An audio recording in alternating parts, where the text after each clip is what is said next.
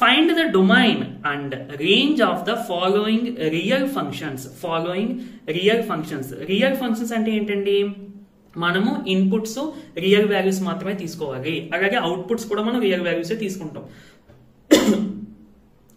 మనం ఇంటర్మీడియట్ అంటే complex numbers ఇంకా మనం వెళ్ళాం కాబట్టి ఇక్కడ అన్ని కూడా రియల్ వాల్యూస్ గురించి మాట్లాడతామండి. ఓకే, కాంప్లెక్స్ వాల్యూస్ మనం ఇంకా ఇన్వాల్వ్ చెయ్యం. ఒకవేళ కాంప్లెక్స్ వాల్యూస్ ఇన్వాల్వ్మెంట్ ఉంటే, అంటే ఇప్పుడు కాదు, ఇప్పుడు ఉన్నది ఈ చాప్టర్లో, ఫర్దర్ గా మీరు రాసేటువంటి కాంపిటేటివ్ ఎగ్జామ్స్ కో కానీ ఎందుకోనైనా కానీ కాంప్లెక్స్ నెంబర్స్ ఇన్వాల్వ్మెంట్ ఒకవేళ ఉంటే అక్కడ మనకి క్వశ్చన్ లో మెన్షన్ చేస్తారు, మీకు కంగారు పడద్దు. ఓకే, సరే, ఇక్కడ క్లియర్ గా రియల్ ఫంక్షన్ అని చెప్పి ఇచ్చారు కాబట్టి ఎక్స్ కి మనం రియల్ వాల్యూస్ మాత్రమే ఇవ్వాలి, అలాగే అవుట్పుట్స్ కూడా రియల్ వాల్యూస్ కానీ చూసుకోవాలి. ఫస్ట్ ఇక్కడ డొమైన్ రేంజ్ అనేది సింపుల్ గా చూద్దాం. ఒక ఫంక్షన్ ఇలా ఆల్జీబ్రికల్ గా ఇచ్చి, అంటే డైరెక్ట్ గా మనకి సెట్లు ఏమి ఇవ్వకుండా ఇలా F of X is equal to some value ఇచ్చి సమ్ ఎక్స్ప్రెషన్ ఇచ్చేస్తే దీనికి డొమైన్ ఎలా ఫైండ్ అవుట్ చేస్తామంటే, డొమైన్ జనరల్ గా మనం సెట్ ఆఫ్ రియల్ నెంబర్స్ తీసుకుంటామండి ప్రతి ఫంక్షన్ కి, రియల్ ఫంక్షన్ కి. ఇక్కడ అలా అని చెప్పి ప్రతి దానికి డొమైన్ రియల్ నెంబర్స్ అవుతాం. ఒక్కొక్క ఫంక్షన్ ఒక్కొక్క వాల్యూ దగ్గర డిఫైన్ అవుతుంది. ఫర్ ఎగ్జాంపుల్ 1/x అనే ఫంక్షన్ తీసుకున్నాం అనుకోండి, నువ్వు ఎక్స్ ప్లేస్ లో ఏ రియల్ నెంబర్ అయినా సబ్స్టిట్యూట్ చేసుకోవచ్చు ఎక్సెప్ట్ 0. ఎందుకంటే నువ్వు 0 ఎప్పుడైతే పెడతావో ఇది అవుట్పుట్ అనేది జనరేట్ చేయదు. దట్స్ వై దీని యొక్క డొమైన్ ఏమవుతుంది అనుకుంటున్నారు, ఆర్ మైనస్ సింగిల్టన్ సెట్ 0. అంటే రియల్ నెంబర్స్ ఏదైనా తీసుకోవచ్చు 0 తప్ప అని అర్థం. ఇలా ఏంటంటే ఇచ్చిన ఫంక్షన్ కి మనము డొమైన్ ఫైండ్ అవుట్ చేస్తాం అన్నమాట. అంటే అది ఏ వాల్యూస్ దగ్గర అయితే డిఫైన్ అవ్వదో, అంటే ఒక వ్యాలిడ్ అవుట్పుట్ జనరేట్ చెయ్యదో ఆ వాల్యూస్ ని రిమూవ్ చేసేస్తాం రియల్ నెంబర్ సెట్ లో నుండి, అంతే. ఓకే, సో చూడండి, డెఫినేషన్ తెలుసుకోవాలి, కాన్సెప్ట్ అర్థం చేసుకోవాలి, ప్రాబ్లమ్స్ చేయాలి. అప్పుడు మాత్రమే మీకు బాగా అర్థం అవుతుంది, మంచి కాన్ఫిడెంట్ గా ఉంటారు సబ్జెక్ట్ మీద. ఓకే, నేను మంచి ఇంట్రెస్ట్ కూడా వస్తుంది. మీరు ఏది మిస్ చేసినా, కాన్సెప్ట్ తెలుసుకోకుండా ప్రాబ్లమ్స్ చేసినా ఉపయోగం ఉండదు. కాన్సెప్ట్ తెలుసుకుని కంప్లీట్ గా అన్ని బాగా చదువుకుని ప్రాబ్లమ్స్ ప్రాక్టీస్ చేయకపోయినా ఉపయోగం ఉంటుంది. ఓకేనండి, ఫస్ట్ క్వశ్చన్ చూద్దాం. F of X is equal to minus mode X అండి, ఇది మోడ్ ఎక్స్. ఓకేనా, minus mod x, x belongs to r, అంటే రియల్ ఫంక్షన్ కదా, అందుకని చెప్పి x belongs to real numbers. As we know that the modulus function, మనకి modulus function గురించి తెలిసి ఉందండి. ఇది నేను ఇక్కడ రాసిన చూడండి కింద, mod x అంటే మనకి x అవుతుంది ఎప్పుడు, x అనేది గ్రేటర్ దాన్ 0. గ్రేటర్ దాన్ 0 అంటే మనకి పాజిటివ్ వాల్యూస్ తీసుకున్నప్పుడు mod x అంటే x రాసేసుకోవచ్చు డైరెక్ట్ గా. ఓకే, అలా కాకుండా x ఈజ్ ఈక్వల్ టు 0 తీసుకున్నాం అనుకో, అంటే ఈ x ప్లేస్ లో 0 పెట్టాం అనుకో, నీకు ఆన్సర్ 0 అయిపోతుంది డైరెక్ట్ గా. ఒకవేళ ఇక్కడ చూడు జాగ్రత్తగా, x ఈజ్ లెస్ దాన్ 0 అంటే నువ్వు x ప్లేస్ లో మైనస్ వాల్యూస్ పెట్టావు అనుకో, మోడ్ x అంటే నీకు ఆన్సర్ మైనస్ x అవుతుంది. సో అందుకని ఇక్కడ మైనస్ x అని చెప్పి ఇచ్చారు. అంటే ఎగ్జాంపుల్ కి ఇప్పుడు మోడ్ ఆఫ్ -2 అంటే x ప్లేస్ లో -2 పెట్టానండి, ఇప్పుడు ఆన్సర్ ఏమవుతుంది, మైనస్ ఆఫ్ x. x అంటే ఎంత, -2. So minus into minus plus అంటే పాజిటివ్ అయిపోతుంది అనమాట. మనం చిన్నప్పుడు 10th క్లాస్లోనూ లేదంటే 12th క్లాసెస్ లో నేర్చుకుంటాం. మోడ్ ఉన్నప్పుడు మోడ్ లోపు నెగిటివ్ నెంబర్ ఉంటే దాన్ని పాజిటివ్ గా మార్చేస్తాం కదా, దానికి రీజన్ ఇదే. ఓకేనండి, సరే, ఇప్పుడు చూడండి, మనకి మాడ్యులస్ ఫంక్షన్ డెఫినేషన్ తెలుసు. దీన్ని ఈ విధంగా కూడా రాసుకోవచ్చండి, ఏదైనా ఒకటే మనకి. ఓకేనా, ఇది రాసిన ఒకటి, ఇది రాసిన ఒకటే. అంటే దీనికి డిఫరెన్స్ ఏంటంటే ఇక్కడ ఈ రెండు కండిషన్ మళ్ళీ కంబైన్ చేసేస్తాం. అంటే x ఈజ్ ఈక్వల్ టు 0 వచ్చినప్పుడు ఎలాగే 0 కదా, సో x అనేది పాజిటివ్ అయినప్పుడు కూడా మళ్ళీ మనకి x వచ్చేస్తుంది. సో డైరెక్ట్ గా x is greater than or equal to 0 అయినప్పుడు సో x తీసుకుంటాం అన్నమాట. ఓకేనండి, ఏది తీసుకున్నా కానీ నో ప్రాబ్లం, మీకు ఈ రెండు డెఫినేషన్స్ ఏది రాసుకున్నా నో ప్రాబ్లం. ఇక ఇప్పుడు మనకి ఇచ్చిన ఫంక్షన్ ఏంటండి, mod x డెఫినేషన్ అంటే ఇది. ఇప్పుడు మైనస్ mod x అంటే సింపుల్ గా ఇక్కడ ఉన్న వాల్యూస్ ముందర మైనస్ కి పెట్టండి అంతే. అంటే చూడండి, మైనస్ mod x అంటే minus x, x is greater then 0 అయినప్పుడు 0 అంటే -0 వస్తుంది యాక్చువల్ గా, x ఈక్వల్ టు 0 అయినప్పుడు. -0 ఉన్న +0 ఉన్న ఒకటే కదండి, కాబట్టి 0. అండ్ ఇక్కడ -x ఏంటి, mod x కి. ఇక్కడ మైనస్ mod x కాబట్టి దీని ముందు మళ్ళీ మైనస్ పెట్టాలి, దీని ముందు మళ్ళీ మైనస్ పెడితే మైనస్ ఇంటూ మైనస్ ఏమైపోద్దండి, ప్లస్. అంటే టోటల్ గా మనకి ఇచ్చిన ఫంక్షన్ యొక్క డెఫినేషన్ ఇది. ఓకేనండి, ఇప్పుడు చూడండి, మనకి ఇచ్చిన ఫంక్షన్ ఏ వాల్యూస్ దగ్గర అయినా డిఫైన్ అవ్వకుండా ఉందా అంటే అది ఎలా చెక్ చేసుకోవాలి మేము, చూడండి. ఎక్స్ ఇప్పుడు మనకు వచ్చిన డెఫినేషన్ ఇదండి. మన అంటే మనకి ఫంక్షన్ వచ్చారు కదా క్వశ్చన్ లో, దాని యొక్క డెఫినేషన్ ఇది. నువ్వు ఎక్స్ ప్లేస్ లో ఏ రియల్ నెంబర్ అయినా పెట్టు, అది గ్రేటర్ దాన్ 0 అయితే వాల్యూ ఇది అవుతుంది, ఈక్వల్ టు 0 అయితే వాల్యూ ఇది అవుతుంది, లెస్ దాన్ 0 అయితే వాల్యూ ఇది అవుతుంది. అంటే నువ్వు ఇచ్చే ప్రతి వాల్యూకి కూడా ఈ ఫంక్షన్ అనేది ఒక అవుట్పుట్ జనరేట్ చేసేస్తుంది. సో నువ్వు సెట్ ఆఫ్ రియల్ నెంబర్స్ ఏదైనా ఇవ్వచ్చు ఈ ఫంక్షన్ కి ఇన్పుట్ గాని, అంటే ఎక్స్ ప్లేస్ లో నువ్వు ఏ వాల్యూ అయినా పెట్టవచ్చు. So clearly f of x is defined for all real values. ఓకేనా, అంతే. So domain of f of x is equal to capital R. Capital R అంటే సెట్ ఆఫ్ రియల్ నెంబర్స్ అని. Next చూడండి, also okay range కూడా అడిగారండి. Range అంటే ఏంటంటే నువ్వు ఇప్పుడు డొమైన్ ఫైండ్ అవుట్ చేసేసావు కదా, డొమైన్ అంటే నువ్వు ఇన్పుట్ వాల్యూస్ ఏమి ఇవ్వచ్చు అనేది, రేంజ్ అంటే నువ్వు ఇన్పుట్స్ ఇచ్చినప్పుడు అవుట్పుట్స్ ఏమి వస్తాయి అనేది. ఇవి కూడా మనకి రియల్ వాల్యూసే వస్తాయి. ఇక్కడ కూడా మనము ఏ వాల్యూస్ అయితే రావో అవి తీసేస్తాం అన్నమాట. ఓకే, ఒక్కసారి చూడండి. Since f of x is equal to minus mod x కదా మనకి ఇచ్చిన function, if we give any real value for X, అంటే నువ్వు ఎక్స్ ప్లేస్ లో ఏ రియల్ వాల్యూ అయినా ఇవి, అది పాజిటివ్ అవునాయి, 0 అవునాయి, నెగిటివ్ అవునాయి, యాజ్ ఇన్పుట్ అంటే ఇన్పుట్ గా, అంటే ఎక్స్ ప్లేస్ లో నువ్వు ఏ వాల్యూ అయినా ఇన్పుట్ గా ఇవి, it produces A negative output. అది కంపల్సరీగా నెగిటివ్ అవుట్పుట్ ప్రొడ్యూస్ చేస్తుంది. ఎందుకంటే చూడు ఇక్కడ కింద రాసింది చూడండి, x is equal to -2 ఇచ్చావు అనుకో నువ్వు. ఓకే, f of -2 అంటే ఇక్కడ x ప్లేస్ లో -2 పెడితే ఏమవుతుందండి, minus mode of -2, minus mode of -2, mode of -2 అంటే +2, మరి బయట మైనస్ ఉంటుంది కదా. సో -2 అంటే ఇదిగోండి అవుట్పుట్ -2. అలాగే నువ్వు పాజిటివ్ వాల్యూ ఇచ్చావు అనుకో, అంటే ఇప్పుడు నెగిటివ్ వాల్యూ ఇస్తే నెగిటివ్ వచ్చింది, ఓకే, మరి పాజిటివ్ వాల్యూ ఇచ్చావు అనుకో, f of 7 అంటే మైనస్ మోడ్ 7, ఇదిగోండి మైనస్ మోడ్ 7, మోడ్ 7 అంటే 7, మరి బయట మైనస్ ఉంది కదా. సో -7 అంటే మైనస్ ఇంటూ 7 అంటే -7. చూసాక ఇక్కడ కూడా నెగిటివే. అలాగే నువ్వు x is equal to -5 పెట్టు, ఏది పెట్టు, నీకు ఆన్సర్ కంపల్సరీగా నెగిటివ్ అవుట్పుట్ వస్తుంది. అండ్ ఆల్సో 0 పెట్టామనుకో, 0 పెడితే f of 0 అంటే మైనస్ మోడ్ 0, మైనస్ మోడ్ 0 అంటే ఎంతండి 0.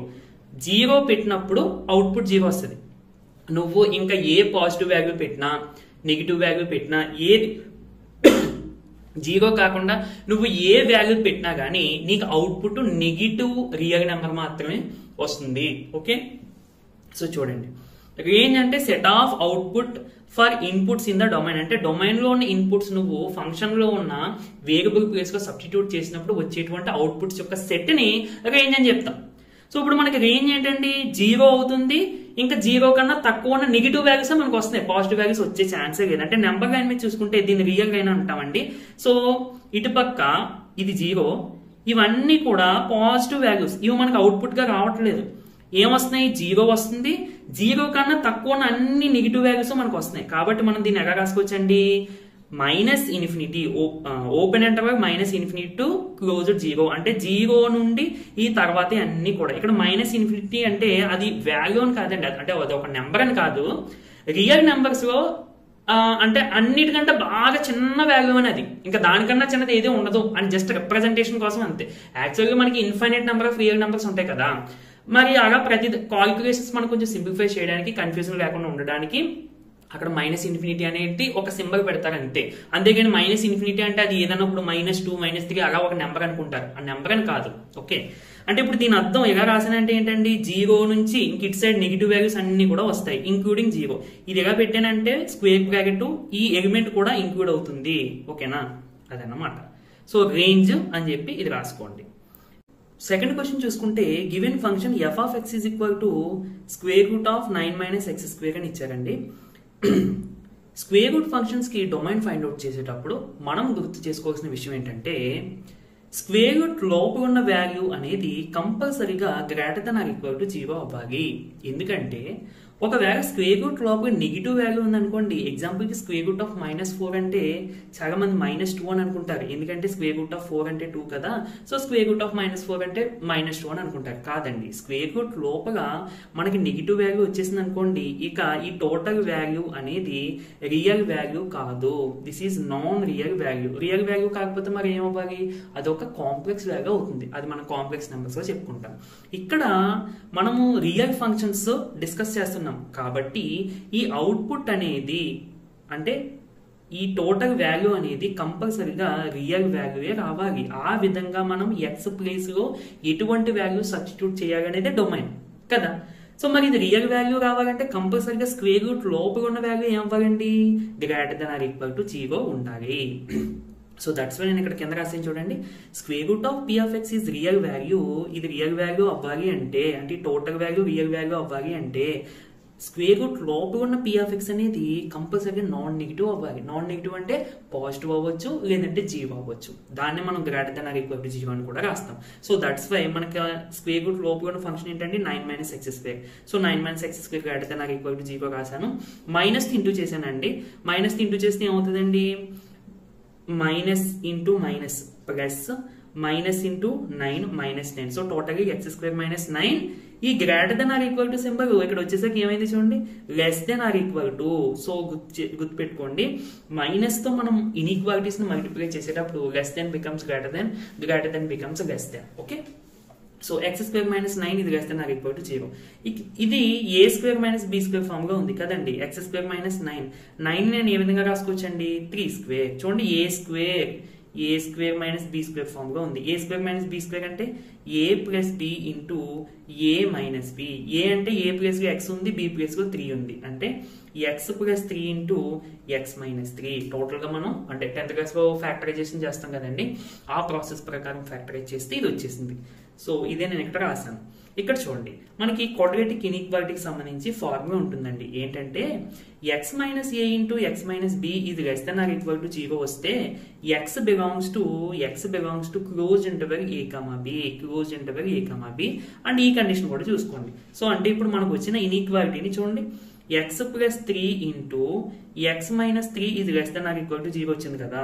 నేను ఈ +3 ఎలా రాస్తానంటే x -3 ఇంటూ x - 3 ఇది less than or equal to 0. ఇప్పుడు కంపేర్ చేయండి, ఇది ఏ ఫామ్ లో ఉంది, x - a into x - b form లో ఉంది. సో ఇక్కడ a అంటే ఎంత వచ్చిందండి, a ప్లేస్ లో -3 వచ్చింది, b ప్లేస్ ఎంత వచ్చిందండి, +3 వచ్చింది. ఈ కండిషన్ కూడా సాటిస్ఫై అవుతుంది. సో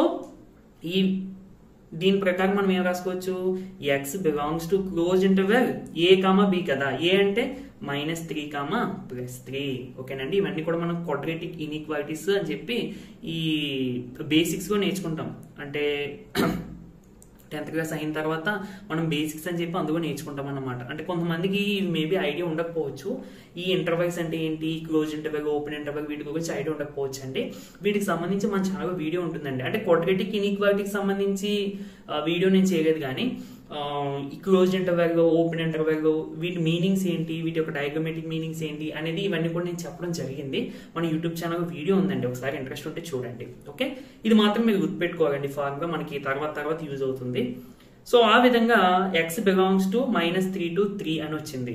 అంటే domain of the function f of x is equal to close interval -3, 3. అంటే నువ్వు 3 నుండి నెంబర్ లైన్ మీద చూస్తే ఇది -3, ఇది +3 అయితే 3 నుండి నువ్వు ఈ మధ్యలో ఏ వాల్యూస్ అయినా x కి ఇవ్వచ్చు. Okay, including -3 and +3 also. Okay, నీకు ఏ వాల్యూ నువ్వు ఈ x ప్లేస్ లో పెట్టినా, ఎక్కడ మనకి ఇచ్చిన ఫంక్షన్ లో ఉన్న x ప్లేస్ లో నువ్వు సబ్స్టిట్యూట్ చేసినా ఇది రియల్ వాల్యూ అవ్వదు. ఓకేనా, ఇప్పుడు రేంజ్ అంటే ఏంటండి, మనము డొమైన్ లో ఉన్న వాల్యూస్ x కి ఇచ్చినప్పుడు అది అవుట్పుట్స్ ఏమి జనరేట్ చేస్తుంది, అంటే ఎక్కడ నుండి ఎక్కడికి అవుట్పుట్స్ మనకి వాల్యూస్ అనేవి వస్తాయి అనేది రేంజ్ కదా. ఒకసారి ఇక్కడ చూడండి, రఫ్ గా చూద్దాము. అంటే యాక్చువల్లీ వీటికి ఒక స్టాండర్డ్ ప్రాసెస్ ఉంటుంది, డొమైన్ కైనా రేంజ్ కైనా ఒక స్టాండర్డ్ ప్రాసెస్ లో మనం సాల్వ్ చేస్తాము. బట్ మనం ఇప్పుడు బేసిక్ లెవెల్ లో ఉన్నాం కాబట్టి మనకు తెలిసిన కాన్సెప్ట్స్ యూజ్ చేసే నేను దీన్ని మీకు ఎక్స్ప్లెయిన్ చేస్తాను. ఓకేనండి, రేంజ్ ఫైండ్ అవుట్ చేయడానికైనా, డొమైన్ ఫైండ్ అవుట్ చేయడానికైనా మనకు కొన్ని స్టాండర్డ్ ప్రాసెస్ ఉంటాయి, స్టాండర్డ్ ఫార్మ్స్ ఉంటాయి. వీటిని యూజ్ చేసుకుని సాల్వ్ చేసుకుంటాం. యాక్చువల్గా ఎప్సెట్, జేఈ మెయిన్స్ లెవెల్లో అయితే మాత్రం మనం కొంచెం అడ్వాన్స్డ్ గా వీటిని సాల్వ్ చేస్తాము. ఇక్కడ మనకి బేసిక్ లెవెల్లో ఉన్నాం కాబట్టి మీకు ఆ లెవెల్లోనే చెప్తున్నాను. ఓకే, చూడండి, f of x is equal to square root of 9 - x² వచ్చింది కదండి. ఇప్పుడు మనకి డొమైన్ అంటే ఒక నిమిషం, -3 నుండి +3 వరకు నువ్వు ఈ మధ్యలో ఏ వాల్యూస్ అయినా ఇవ్వచ్చు x కి, ఇంక్లూడింగ్ -3 +3. ఫస్ట్ -3 కానీ +3 కానీ మీరు ఎక్స్ ప్లేస్ లో పెట్టారనుకోండి ఏమవుతుంది చూడండి, ఇక్కడ 9 - x², ఎక్స్ ప్లేస్ లో మీరు -3 పెట్టినా +3 పెట్టినా కానీ ఈ x² అంటే 9 వచ్చేస్తుంది. అంటే 9 - 9 0 అయిపోతుంది f of x అనేది. అంటే నువ్వు -3 కానీ +3 కానీ పెడితే ఆన్సర్ 0 వస్తుంది. ఓకే, అక్కడికి తర్వాత +2 కానీ -2 ప్లస్ ఆర్ మైనస్ అంటే +2 కానీ -2 కానీ పెడితే ఎక్స్ ప్లేస్ లో అప్పుడు ఇది ఏమవుతుందండి, x² అంటే 4. సో 9 - 4 అంటే √5 అంటే అప్రాక్సిమేట్ 2.2 వస్తుంది. అలాగే ప్లస్ ఆర్ -1 నువ్వు +1 కానీ -1 కానీ ఏది పెట్టినా పర్వాలేదు, ఎందుకంటే ఇక్కడ x² ఉంది కదండి. నువ్వు ప్లస్ వాల్యూ పెట్టినా మైనస్ వాల్యూ పెట్టినా ఆన్సర్ సేమే వస్తుంది, ఎందుకంటే స్క్వేరింగ్ ఉండడం వల్ల నెగిటివ్ వాల్యూ కూడా పోతుంది. ఓకే, దట్స్ వై ఇక్కడ మనకి అన్ని కూడా పాజిటివ్ వాల్యూస్ వస్తాయి. కానీ ఎక్కడి నుండి ఎక్కడికి వస్తున్నాయి అనేది ఇంపార్టెంట్. 0 నుండి స్టార్ట్ అవుతున్నాయండి, ఎందుకంటే -3 అంటే చివరి వాల్యూ పెట్టినప్పుడు 0 వస్తుంది. ఓకేనా, అలాగా -2 పెట్టినప్పుడు 2 అంటే మీకు ఎక్కడి నుంచి ఎక్కడికి వెళ్తుందంటే ఇప్పుడు 0 నుండి స్టార్ట్ అయ్యి ఈ విధంగా ఇలా ఇంక్రీజ్ అవుతూ వస్తుంది. ఓకేనండి, ఇంక్రీజ్ అయ్యి ఎక్కడ వరకు వస్తుంది, x = 0 పెట్టారనుకోండి, x = 0 పెడితే మళ్ళీ మీకు 3 వస్తుంది. అంటే ఇంచుమించుగా మీకు అవుట్పుట్ 3 వరకు వస్తాయి అన్నమాట. అంటే ఇంక మధ్యలో వస్తాయి.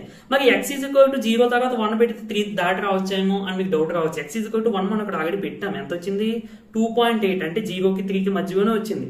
అలాగే నువ్వు x -3 నుండి 3 మధ్యలో ఏ వాల్యూ అయినా సబ్స్టిట్యూట్ చెయ్యి, నీకు 0కి 3కి మధ్యలోనే వస్తాయి అవుట్పుట్ వాల్యూస్ అనేవి. సో దట్స్ వై రేంజ్ మనకి ఏమవుతుందండి, closed interval 0 to 3. Closed interval ఎందుకు పెట్టానంటే మనకి 0 కూడా వస్తుంది ఆన్సర్ గా, అలాగే 3 కూడా వస్తుంది ఆన్సర్ గా. కాబట్టి ఈ రెండు వాల్యూస్ కూడా ఇంక్లూడ్ అవ్వాలి కాబట్టి నేను క్లోజ్ ఇంటర్వెల్ పెట్టాను. ఓకేనండి, ఇవి కొంచెం కన్ఫ్యూజింగ్ ఉంటాయండి. బట్ మనం ఫర్దర్ గా ఎప్సెట్ జేఈ మెయిన్స్ లెవెల్లో క్వశ్చన్ సాల్వ్ చేస్తూ ఉంటాం. మన ఛానల్లో వస్తూ ఉంటాయి EAPCET previous year question solving అని వీడియోస్ వస్తూ ఉంటాయి. అవి మీకు చూస్తే మీకు ఈజీ అయిపోతుంది ఇది. ఓకేనా, అంటే కొత్తగా స్టార్టింగ్ లో అందరికి కన్ఫ్యూజింగ్ గానే ఉంటుంది, రేంజ్ డొమైన్ అంటే కొంచెం కన్ఫ్యూజింగ్ గానే ఉంటుంది. బట్ మీరు ప్రాక్టీస్ చేస్తే మాత్రం అంత హార్డ్ అని ఏమి అనిపించదు మీకు. ఓకేనా, సరే, టోటల్ గా మనం రేంజ్ ఫైండ్ అవుట్ చేసేసాము. A function f is defined by, చాలా ఈజీ క్వశ్చన్ అండి ఇది అసలు ఒక 7th క్లాస్ లెవెల్ క్వశ్చన్ అన్నట్టు, చిన్న క్వశ్చన్, చాలా ఈజీ క్వశ్చన్. చూడండి, f of x = 2x - 5. Right down the values f of 0, f of 7, f of -3. అంటే అర్థం ఏంటి, ఇప్పుడు f of x అని అంటున్నారు కదా, అంటే x అనేది ఇన్పుట్, f of x అనేది అవుట్పుట్. x అనేది ఇన్పుట్, f of x అనేది అవుట్పుట్ అన్నట్టు. సో ఇప్పుడు మనం ఏం అడుగుతున్నారండి, f of 0 అని అడుగుతున్నారు. అంటే ఏంటి, నువ్వు x ప్లేస్ లో 0 ఇన్పుట్ ఇచ్చినప్పుడు అవుట్పుట్ ఎంత వస్తుంది. అంటే సింపుల్ గా మనకి f of x ఇచ్చేసారు కదా క్వశ్చన్ లో, ఏమి ఇచ్చారండి 2x - 5. సింపుల్ గా x ప్లేస్ లో 0 పెట్టి f of x = 2x - 5 ఉంది కదా, ఈ x ప్లేస్ లో 0 పెట్టేస్తే 2 × 0 - 5 అంటే f of 0 -5. అలాగే f of 7, f of -3 కూడా ఫైండ్ అవుట్ చేసి. ఓకే, అదే ఇక్కడ నేను రాశాను కదా, మీకు చూసుకుంటే అర్థమైపోతుంది. Find the range of the each of the following functions. ఇక్కడ కూడా రేంజ్ ఫైండ్ అవుట్ చేయాలి. చూడండి, ఈ 3 క్వశ్చన్స్ చేయడం ద్వారా మీకు ఇంకా కాన్ఫిడెన్స్ ఇంక్రీజ్ అవుద్ది ఈ రేంజ్ ప్రాబ్లమ్స్ చేయడం కోసం. ఫస్ట్ గివెన్ ఫంక్షన్ రాసుకున్నానండి, f of x = 2 - 3x, x belongs to R. And ఈ x > 0 అనేది చాలా ఇంపార్టెంట్, దాని నుండి మనం ప్రాబ్లమ్ సాల్వ్ చేస్తాం మొత్తం కూడా. చూడండి, ఈ ప్రాసెస్ అబ్జర్వ్ చేయండి. ఫస్ట్ x ఈజ్ > 0 కదా ఇచ్చిన కండిషన్. ఇప్పుడు నాకు చెప్పండి -3x అంటే నేను -3తో దీన్ని ఇంటూ చేశాను అనుకోండి, బోత్ సైడ్స్ కూడా. ఇందాక చెప్పాను మనం మైనస్తో ఇన్ఈక్వాలిటీని ఇంటూ చేసామంటే అది కంపల్సరీ రివర్స్ అయిపోద్ది. అంటే లెస్ దెన్ ఉంటే గ్రేటర్ దెన్ గా మారిపోద్ది, గ్రేటర్ దెన్ ఉంటే లెస్ దెన్ గా మారిపోద్ది. సో ఇక్కడ -3x, ఇక్కడ -3 × 0 అంటే 0నే, కానీ ఇన్ఈక్వాలిటీ అనేది చేంజ్ అయిపోద్ది. చూడండి, -3x ఇది లెస్ దెన్ 0. ఓకేనా, నెక్స్ట్ నేను ఏం చేస్తానంటే బోత్ సైడ్స్ కూడా, ఈ ఇన్ఈక్వాలిటీకి బోత్ సైడ్స్ కూడా +2 యాడ్ చేస్తున్నానండి. అదే +2 కాదు 2 యాడ్ చేస్తున్నాను. ఓకే, అంటే ఏమవుతుంది 2 - 3x లెస్ దెన్ 0 + 2 అంటే 0. ఓకే, జాగ్రత్తగా చూడాలి. ఇదంతా నువ్వు +2 ఎందుకు యాడ్ చేసావు అంటే మనకి ఫంక్షన్ చూడండి ఏముందండి, 2 - 3x, మనకు ఆల్రెడీ -3x ఉంది. సో దీనికి 2 యాడ్ చేస్తే దాని ప్లేస్ మనం f of x రాసుకోవచ్చు. So that f of x యొక్క వాల్యూ అనేది ఎక్కడ దేనికి మధ్యన ఉన్నది అనేది మనకి తెలుస్తుంది, ఐడియా వస్తుంది. సో ఇక్కడ చూడండి, ఇప్పుడు 2 - 3x ఇది లెస్ దెన్ 2 అని వచ్చిందండి. సో ఇప్పుడు ఈ 2 - 3x ప్లేస్ లో నేను f of x అని రాసుకోవచ్చా? రాసుకోవచ్చు, ఎందుకంటే క్వశ్చన్ ప్రకారం. సో ఎఫ్ ఆఫ్ ఎక్స్ ఇది లెస్ దెన్ 2, ఇందాకే చెప్పాను. ఎఫ్ ఆఫ్ ఎక్స్ అనేది అవుట్పుట్. ఓకే, సో అంటే అవుట్పుట్ అనేది 2 కన్నా తక్కువ ఉన్న రియల్ నెంబరే అవుతుంది. ఓకేనా, అంటే దాని అర్థం చూడండి, ఇక్కడ నెంబర్ లైన్ ప్రకారం 2 అంటే ఇది, 2 కన్నా తక్కువ అంటే ఇవన్నీ కూడా. ఓకేనండి, 2 అవదండి ఇక్కడ, less than or equal to లేదు, ఓన్లీ లెస్ దెన్ మాత్రమే ఉంది కాబట్టి 2 అవ్వదు. సో 2 కన్నా తక్కువ అయినా అన్నీ అవుతాయి. దీన్నే మనం ఎలా రాస్తామంటే open interval -∞ to open interval 2. Closed పెడితే 2 కూడా ఇంక్లూడ్ అవుతుంది. ఇలా ఓపెన్ పెడితే 2 అనేది ఇంక్లూడ్ అవ్వదు. 2 వరకు అంటే ఇక్కడ వరకు అంతే, 2 రాదు. ఓకేనా, అదనమాట మీకు చూసుకోవాల్సింది. సో రేంజ్ ఏమవుతుందండి, -∞, 2 అన్నమాట. Second, F of X is equal to x² + 2, x belongs to R. Okay, for ఇక్కడ చూడండి, మనం ఎఫ్ ఆఫ్ ఎక్స్ తెప్పించాలి ఇన్ఈక్వాలిటీలోని, అప్పుడు మనకి ప్రాబ్లం ఈజీ అయిపోతుంది. ఇలాంటివి ఇచ్చినప్పుడు మనం ఎఫ్ ఆఫ్ ఎక్స్ ని తెప్పిస్తే ఇన్ఈక్వాలిటీస్ లో ఈజీ అయిపోతుంది. అంటే రేంజ్ ఫైండ్ అవుట్ చేయడానికి ఒక స్టాండర్డ్ గానీ ఇది ఇలాగే చేయాలని ఉండదండి. అంటే ఫంక్షన్ బట్టి మారిపోతూ ఉంటుంది. మరి నేను ఇందాక స్టాండర్డ్ ప్రాసెస్ అని చెప్పాను కదా, అది కొన్నింటికి మాత్రం వర్క్ అవుతుంది.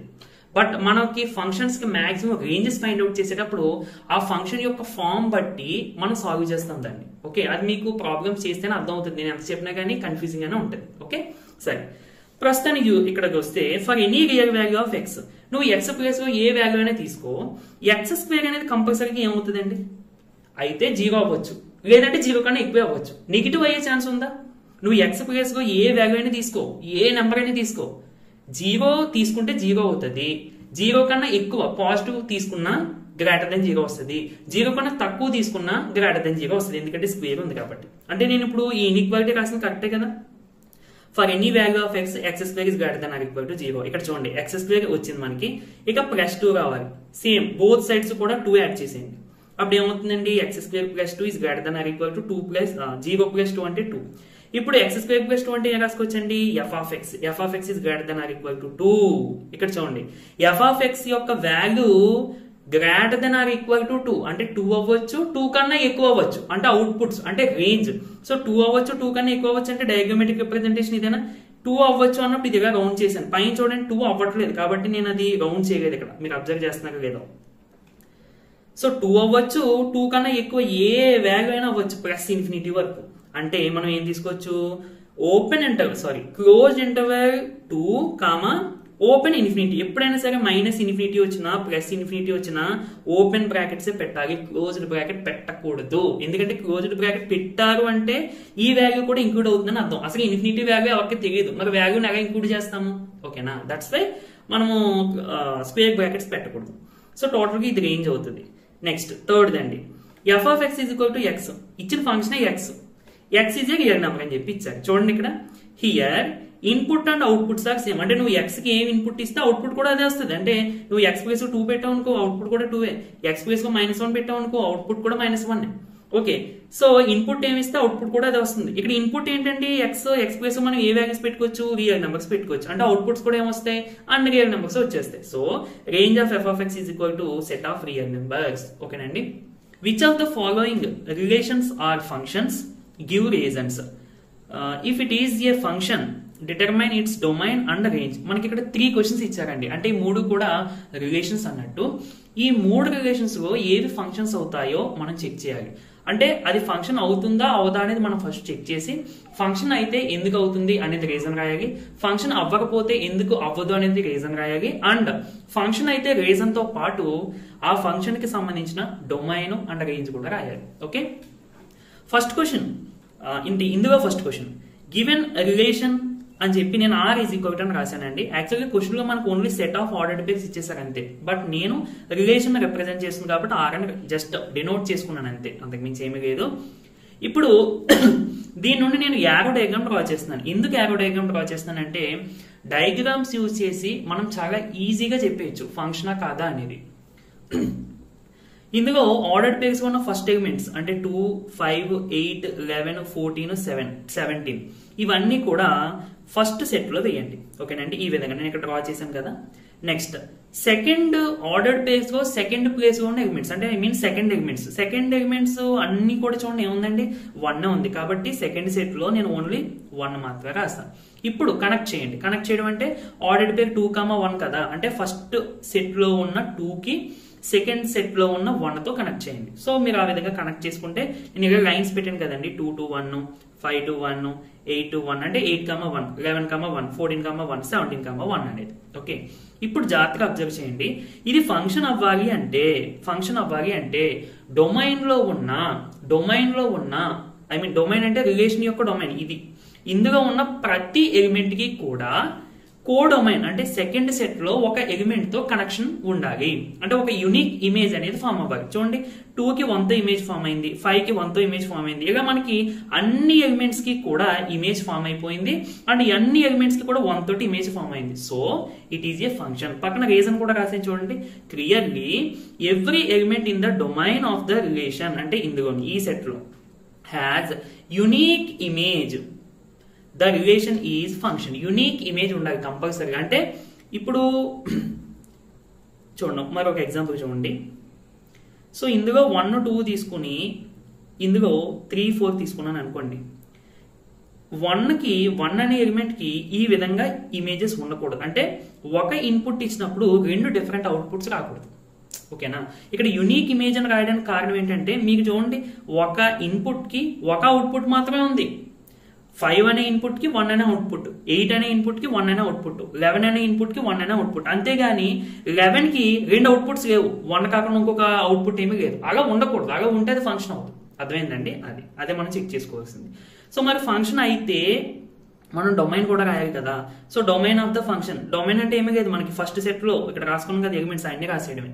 అండ్ రేంజ్ అంటే సెకండ్ సెట్ లో కనెక్ట్ అయి ఉన్నాయి కదా, ఐ మీన్ ఫస్ట్ సెట్ లో ఎలిమెంట్స్ కనెక్ట్ అయి ఉన్నాయి కదా. సో ఆ ఎలిమెంటే రేంజ్ అవుతుంది అనమాట. అంటే దట్ మీన్స్ ఇవన్నీ కూడా ఇన్పుట్స్, ఇది అవుట్పుట్ అన్నట్టు. సో ఇందులోనే సెకండ్ క్వశ్చన్ సేమ్ మళ్ళీ నేను యారో డయాగ్రామ్ రాసుకున్నానండి. ఇందాక నేను చెప్పిన విధంగానే ఫస్ట్ ఎలిమెంట్స్ అన్నింటినీ కూడా ఫస్ట్ సెట్ లో రాయండి, సెకండ్ ఎలిమెంట్స్ అన్నింటినీ కూడా సెకండ్ సెట్ లో రాసుకోండి. అంటే ఇందులో ఇప్పుడు కనెక్షన్స్ అంటే 2,1, సో 2 ని 1 కి కనెక్ట్ చేయండి. ఐ మీన్ లైన్ జాయిన్ చేయడమే అంతే, కనెక్ట్ చేయడం అంటే వేరేదేం కాదు. అలాగే 4 ని 2, 6 ని 3, 8 ని 4, సో ఆ విధంగా 14 ని 7 వరకు కనెక్ట్ చేసుకుంటే అబ్జర్వ్ చేయండి ఫస్ట్ సెట్ లో ఉన్న ప్రతి ఎలిమెంట్ కి కూడా ఇమేజ్ ఫామ్ అవ్వాలి అండ్ ఆ ఇమేజ్ కూడా యూనిక్ ఇమేజ్ ఫామ్ అవ్వాలి. సో ఇక్కడ చూడండి ప్రతి ఎలిమెంట్ కి కూడా ఒక ఇమేజ్ ఫామ్ అయిపోయింది సెకండ్ సెట్ లో అండ్ ఒక్క ఎలిమెంట్ కి ఒక యూనిక్ ఇమేజ్ మాత్రమే ఉంది. అంటే ఇప్పుడు 2 కి ఓన్లీ 1 తో మాత్రమే కనెక్షన్ ఉంది, అంతేగాని వేరే ఎలిమెంట్ తో కనెక్షన్ ఏమి లేదు ఇందులో. అంటే ఫర్ ఎగ్జాంపుల్ ఈ విధంగా ఉందనుకోండి, ఎగ్జాంపుల్ కి ఇది ఫంక్షన్ అవుతుంది ఎందుకంటే 2 అనే ఒక్క ఇన్పుట్ కి 2 డిఫరెంట్ ఇమేజెస్ తో కనెక్షన్ ఉంది. ఓకే, దట్స్ వై ఇది ఫంక్షన్ అవ్వదు. అంటే ఒకవేళ కనెక్షన్ ఉంటే ఇక్కడ లేదు ఇచ్చిన క్వశ్చన్ ప్రకారం, కాబట్టి ఇది ఫంక్షన్ అవుతుంది. చూడండి clearly every element in the domain, దీన్ని మనం ఇన్పుట్ అని కూడా పెరగవచ్చు. Clearly, every element in the domain of the relation has unique image. That means unique output. అంటే ఇది అర్థం కోసం రాశాను. సో ఈ రిలేషన్ ని మనం ఫంక్షన్ అని చెప్పొచ్చు. అండ్ డొమైన్ సింపుల్ గా ఫస్ట్ సెట్ లో ఉన్న అన్ని ఎలిమెంట్స్ రాసేయండి. రేంజ్ అంటే ఇమేజెస్ గా ఫామ్ అయ్యాయి కదా, అంటే 1, 2, 3, 4, 5, 6, 7 ఇవన్నీ కూడా డొమైన్ లో ఎలిమెంట్స్ ఇమేజెస్ గా ఫామ్ అయ్యాయి కాబట్టి అప్పుడు మనకి ఇవి రేంజ్ లోకి వస్తాయి. ఫర్ ఎగ్జాంపుల్ ఇక్కడ 7 కి కనెక్షన్ లేదనుకోండి, అంటే జస్ట్ ఎగ్జాంపుల్ అనుకోండి, ఈ 7 అనేది రేంజ్ లో కాదు, ఒకవేళ లేకపోతే ఇక్కడ ఉంది కాబట్టి వస్తుంది. అర్థమైందండి? నెక్స్ట్ థర్డ్ దండి, గివెన్ రిలేషన్ అని చెప్పి థర్డ్ది 3 ఆర్డర్డ్ పేర్స్ ఇచ్చారు రిలేషన్ లో. యారో డయాగ్రామ్ డ్రా చేసుకున్నాను. ఫస్ట్ సెట్ లో ఫస్ట్ ఎలిమెంట్స్ 1, 1, 2 అంటే 1, 2, సెకండ్ సెట్ లో 3, 5, 5 అంటే 3, 5. చూడండి 1, 3 అంటే 1 కి 3 కి కనెక్ట్ చేయండి, 1 ని 3 ని.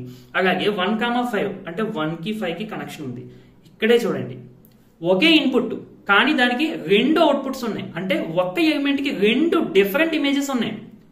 సో ఇది ఫంక్షన్ అవ్వదు. నేను ఆల్రెడీ ఇందాక కూడా మీకు చెప్పాను. ఓకేనండి? Here the element 1 in the domain of the relation has 2 different images. Unique image లేదు ఇక్కడ. డొమైన్ లో ఉన్న ప్రతి ఎలిమెంట్ కి యూనిక్ ఇమేజ్ ఉంటేనే ఫంక్షన్ అవుతుంది. ఇక్కడ యూనిక్ ఇమేజ్ లేదు, డిఫరెంట్ ఇమేజెస్ వచ్చేసాయి ఒక్క ఎలిమెంట్ కి, కాబట్టి ఇది ఫంక్షన్ అవ్వదు. ఫంక్షన్ అవ్వకపోతే మనం ఇక్కడ డొమైన్ రేంజ్ అనేది చెప్పలేం కాబట్టి సో ఇక్కడతో క్లోజ్ చేసేయచ్చు. ద ఫంక్షన్ t మనం ఇప్పుడు వరకు చూడండి ఎఫ్ ఆఫ్ ఎక్స్ అని చెప్పి అంటున్నాం. అంటే ఇక్కడ ఫంక్షన్ ని ఎఫ్ తోటి రిప్రజెంట్ చేసాం ఇప్పుడు వరకు. ఇక్కడ మార్చారు కొంచెం చూడండి. The function T which maps అంటే సెట్ల మధ్య డిఫైన్ చేస్తాం కదా మనం, రెండు సెట్ల మధ్య, అదన్నమాట. ఆ రెండు సెట్ల మధ్య ఉన్న కనెక్షన్ ని మ్యాపింగ్ అని కూడా అంటాం. అంటే ఫంక్షన్ అన్నా మ్యాపింగ్ అన్నా ఒకటే, ఓకేనా. Which maps temperature in degree Celsius into temperature in degree Fahrenheit is defined by, మనకు ఫంక్షన్ కూడా ఇచ్చేసారండి. T of C is equal to 9c/5 + 32. కంగారు పడద్దండి, దీన్ని మీకు అర్థమయ్యేగా చెప్తాను చూడండి. F of X is equal to 9x/5 + 32. చూడండి రెండు ఒకటే, కాకపోతే మనకి ఎక్స్ ప్లేస్ లో సి ఇచ్చారు, ఎఫ్ ప్లేస్ లో టీ ఇచ్చారు, అంత అంతకు మించి ఏమీ లేదు, ఓకేనా. చూడండి, సో క్వశ్చన్ ఇచ్చిన ఇన్ఫర్మేషన్ రాసుకున్నాను ఇదంతా కూడా. అండ్ ఒకసారి డయాగ్రామ్ కూడా చూడండి. మనకి దేనికి మధ్య మ్యాపింగ్ అండి, టెంపరేచర్ ఇన్ డిగ్రీ సెల్సియస్. అంటే మనం ఫస్ట్ సెట్ లోని ఎలిమెంట్స్ అన్ని కూడా ఏముంటాయంట, డిగ్రీ సెల్సియస్ లో ఉంటాయి టెంపరేచర్స్. సెకండ్ సెట్ లోనే ఏంటి, టెంపరేచర్ ఇన్ డిగ్రీ ఫారెన్హీట్ లో ఉంటాయి అన్నమాట, ఓకేనండి. మనం చిన్నప్పుడు 10th క్లాస్ లోను అది నేర్చుకుంటూ ఉంటాం. 25 degrees సెంటిగ్రేడ్, 25 degrees ఫారెన్హీట్ అని చెప్పి ఇక కనెక్షన్స్, వాటి మధ్య ఉన్న రిలేషన్స్, ఫార్ములాస్ చూసుకుంటూ ఉంటాం. అదే ఇక్కడ, ఓకేనా. అంటే ఇందులో ఫర్ ఎగ్జాంపుల్ 25 degrees సెంటిగ్రేడ్ అనుకోండి, ఇందులో 47 degrees ఎఫ్ ఫారెన్హీట్ లో ఉంటాయి, అంతే, ఓకేనా. సరే, ఇక్కడ మనకి ఇదంతా ఇంపార్టెంట్ కాదు, కాకపోతే మీకు ఒక ఐడియా కావాలి కదా, అందుకని చెప్తున్నాను. సో ఇప్పుడు టీ ఆఫ్ జీరో అడిగారండి ఫస్ట్ క్వశ్చన్. అంటే సింపుల్ గా మీరు ఇచ్చిన ఫంక్షన్ లో సి ప్లేస్ లో ఎంత పెట్టాలి, 0. అంటే ఇక్కడ కూడా 0 పెట్టేస్తే 9 × 0/5 + 32 అంటే 32. ఇక్కడ చూడండి ఒక విషయం చూడండి. నువ్వు టీ ప్లేస్ లో సి ప్లేస్ లో టీ ఆఫ్ సి అని ఉంది కదా, సి ప్లేస్ లో 0 degrees పెడితే ఓకే, నీకు టీ ఆఫ్ సి వాల్యూ ఎంత వచ్చింది చూడండి, 32 అని వచ్చింది. అంటే ఇది అవుట్పుట్ అంటే ఏంటి, ఫారెన్హీట్. ఇన్పుట్ అంటే సెల్సియస్. సో దీని ప్రకారం మనం ఏం రాసుకోవచ్చు, 0 degrees సెల్సియస్ అంటే 32 degrees ఫారెన్హీట్ అని. అంటే మీకు ఎగ్జాంపుల్ కి అర్థం అవడం కోసం చెప్తున్నాను, అంతేనండి. నెక్స్ట్ టీ ఆఫ్ 28 అడిగారండి. సేమ్ ఇక పైన చేసినట్టే సి ప్లేస్ లో 28 సబ్స్టిట్యూట్ చేసేయండి. అలాగే టీ ఆఫ్ -10 కూడా అడిగారు, సేమ్ పైన చేసినట్టే సి ప్లేస్ లో -10 పెట్టేయండి. అండ్ ఫోర్త్ చూసుకుంటే, ఫోర్త్ క్వశ్చన్ ఇందులోనే, the value of C when T of C is equal to 12. ఇక్కడ టీ ఆఫ్ సి ఇచ్చేసారు. టీ ఆఫ్ సి అంటే ఇదిగోండి మనకి ఇదిగో T of C is equal to 212 అని చెప్పి ఇచ్చారు. మనకి ఇచ్చిన ఫంక్షన్ ఇదే కదా మ్యాపింగ్, ఏంటి, T of C is equal to 9c/5 + 32. ఇదే కదండి మనకి ఇచ్చిన mapping. So T of C equal to 212 అని చెప్పి ఇచ్చేసారు. అంటే దీన్ని 212 కి ఈక్వల్ చేశాను, ఇదిగోండి ఇక్కడ ఈక్వల్ చేశాను. సో మీకు సింప్లిఫై చేసుకుంటే సి వాల్యూ వచ్చేస్తుంది, ఓకేనా. అంటే value of C is equal to 100 అంటే T of C is equal to 212. అంటే టీ ఆఫ్ సి అనేది 212 అయినప్పుడు సి వాల్యూ 100. దీన్నే మనం టెంపరేచర్స్ గా మార్చుకున్నాం అనుకోండి, ఏమవుతుందండి, 100 degrees సెంటిగ్రేడ్ అంటే దాని అర్థం 212 degrees ఫారెన్హీట్ అని సైంటిఫిక్ గా. ఏం అవసరం లేదు, జస్ట్ మీకు చెప్తున్నాను అంతే.